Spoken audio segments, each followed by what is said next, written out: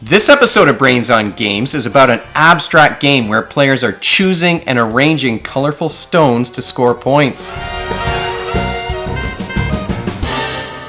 Welcome to Brains on Games. I'm Dr. Brian McDonald, and this episode, like I said, we're going to talk about an abstract, puzzly, spatial kind of a game where players are choosing stones in a way that's going to allow them to score points. It's a game that was sent to me by the designer not too long ago, a game called Mandala Stones. Now, this is a recently released game, so this isn't a preview. This game is already out in the wild, but it is a game that can be played with 2 to 4 players. It can be played by kids aged 10 and up, and you can play a game in about half an hour. Let's take a look at Mandala Stones. There are 3 boards that you have to think about when you're playing Mandala Stones. This one down here at the bottom is, well, probably the most important one because this is where you're choosing the stones from.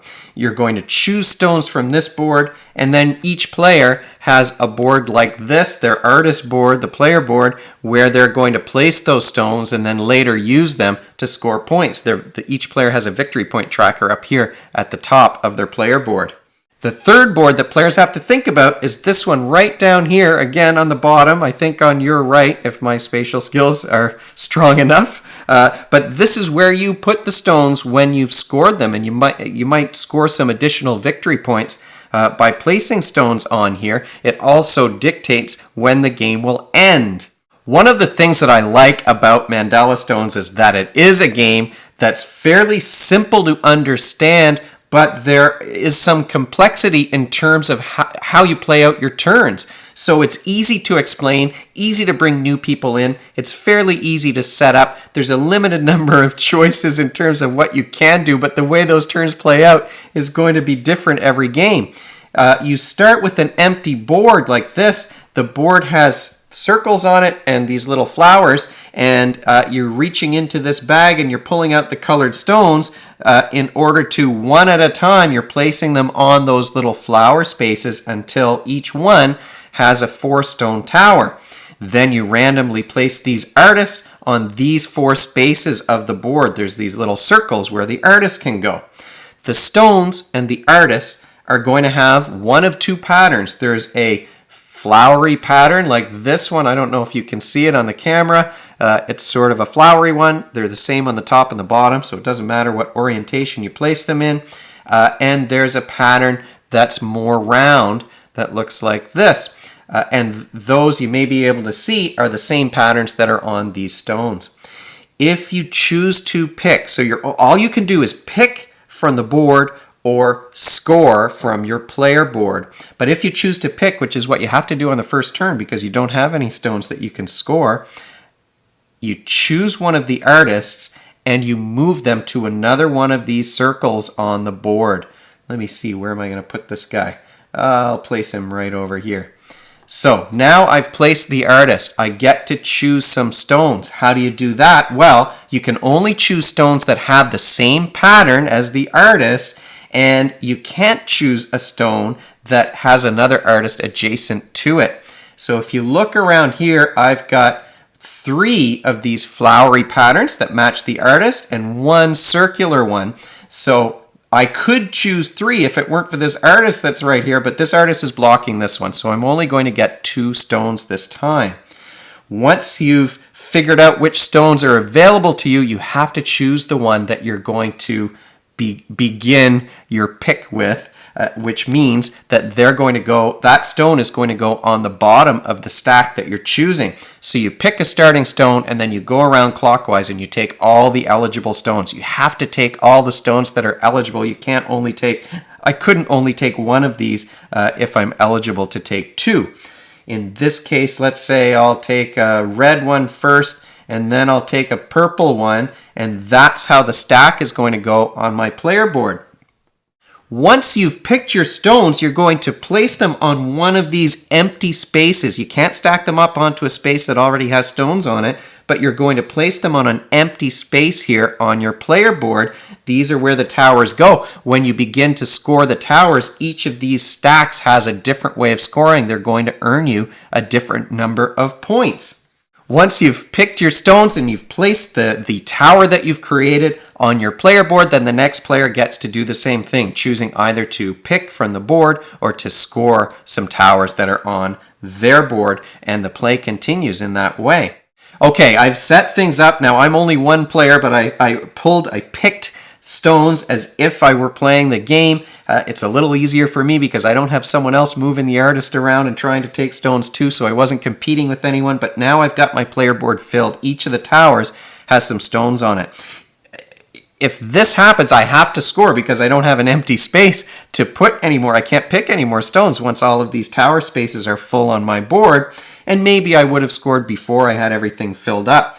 When scoring, you need to have at least 2 stones on the top of your stacks that have the matching color. It doesn't matter what pattern, whether they're the flower or the round circle, they have to have the matching color.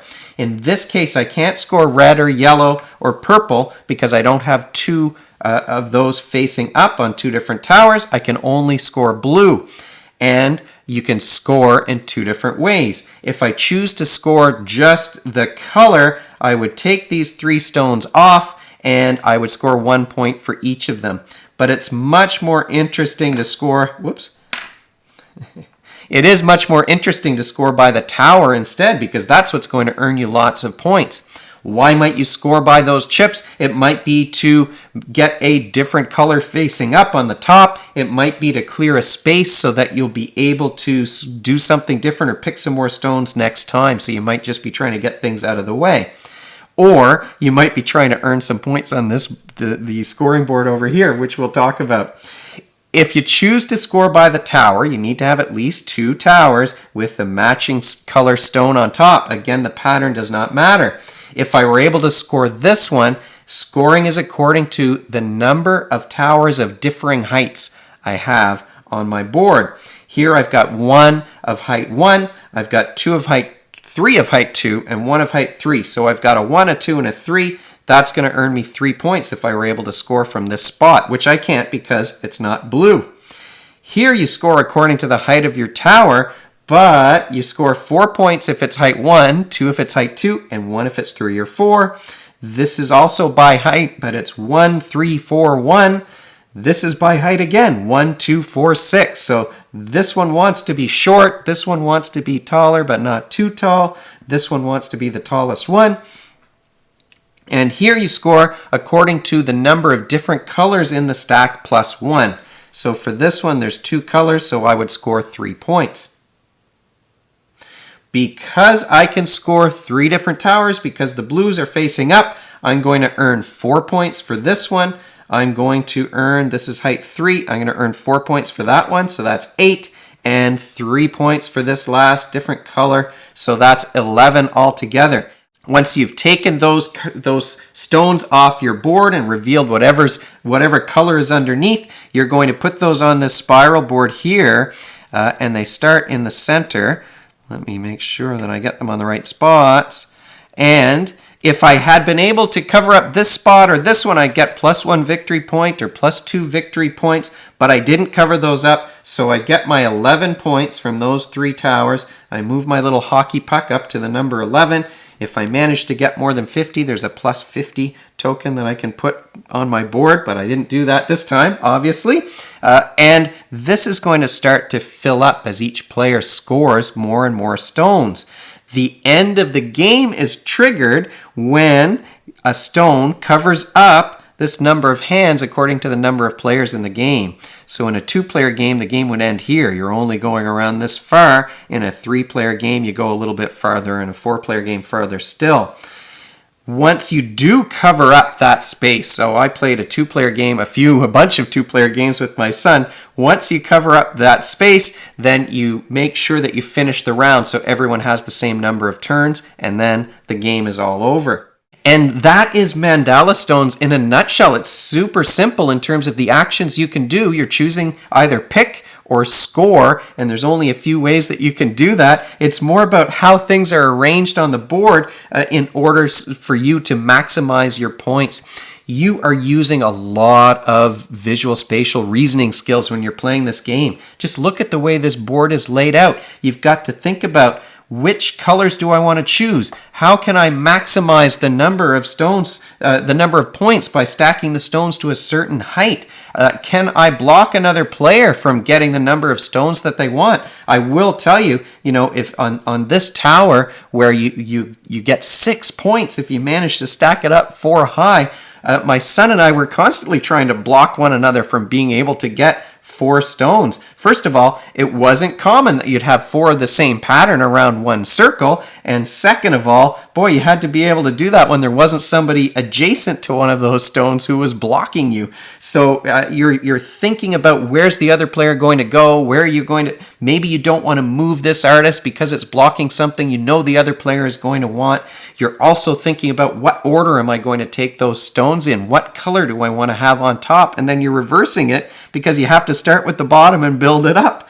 So there's so much spatial reasoning that I really appreciate. And then on top of that, you need to plan ahead to maximize those points. I took all of those blue ones off, and now I have right now only 2 towers I can score for not very many points. There's only one color here. This is only worth 2 points over here. What am I going to do? I need to figure out some way to get some extra points here. I might not want to score. Maybe I shouldn't have scored those 3, although I had to score something. By scoring those 3, I've left the next player who scores is going to get that +1 victory point. Maybe even if they score 4 towers, all the way up to +2. So it does complicate things in terms of the planning, and there's lots to juggle in your mind as you try and take an organized approach to work towards a goal. What are the skills involved when you're working towards a goal and planning ahead? If you're doing any of those things, those are executive functioning skills, super important abilities, tackling things in an organized way, resisting your first impulse, and thinking ahead about your moves. And like I said, planning. Working memory is one of those executive functioning skills, that whiteboard in your mind where you juggle information, and there is a lot to juggle. You're not just, you're doing the mental math of figuring out how to maximize those points. You're doing some spatial prediction here, but there's one other complication that I didn't even mention.